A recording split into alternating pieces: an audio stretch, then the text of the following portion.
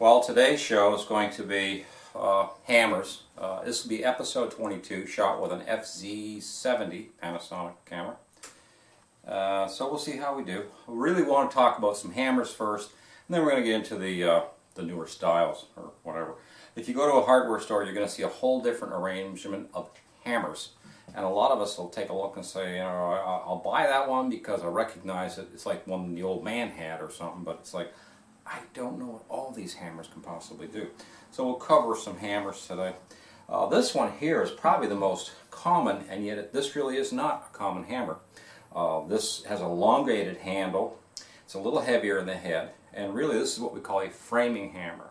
Now, framing hammer is not for doing frames around pictures. We're talking frame on construction such as 2x4s and 2x6s and standing up. So that's a good hammer.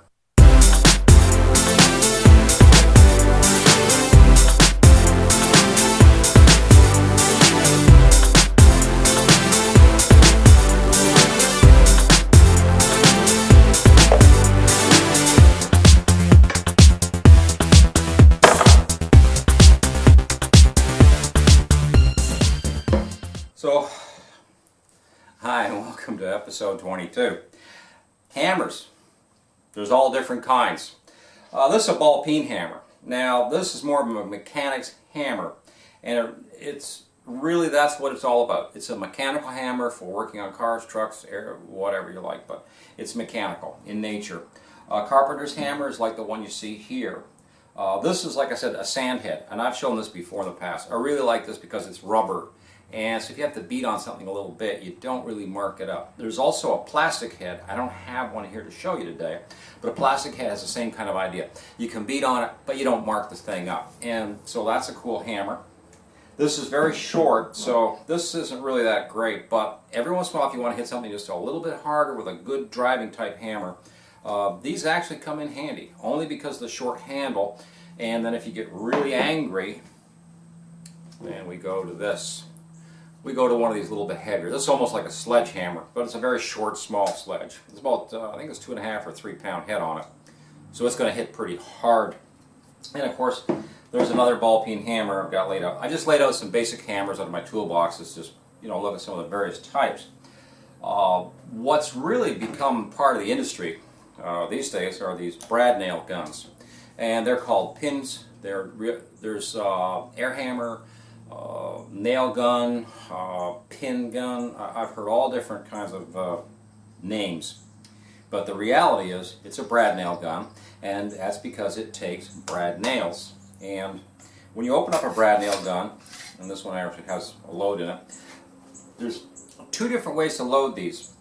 This particular model, the head of the brad nail, there's a whole set of them right there, sits up in the top of this one and slides up into this top slot up here.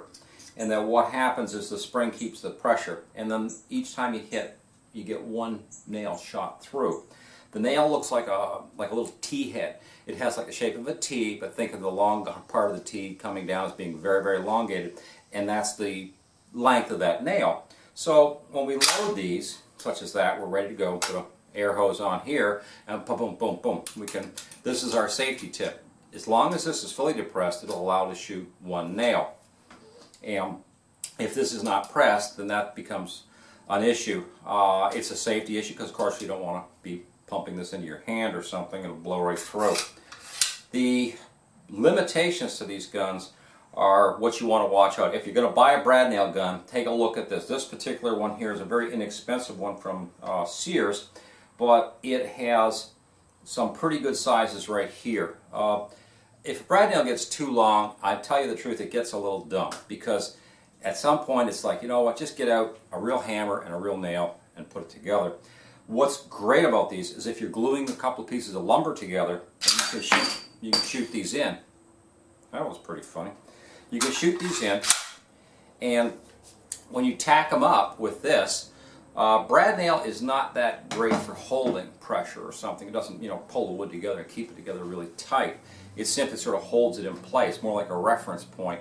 And with the glue, of course, setting up, then you have the strength. But to get good strength out of a brad nail, you can do something that will help a little bit. So if you're tacking something up and it has a load factor that's going to be on it, hanging or pulling to one side, then I'll tell you the big secret of success for myself. I'll shoot the brad nail in, but shoot it, let's see if you can, I don't know if you can see it. Shoot the brad nail in on an angle this way and an angle this way. And of course then the two pieces can't pull apart easily. So that sometimes helps.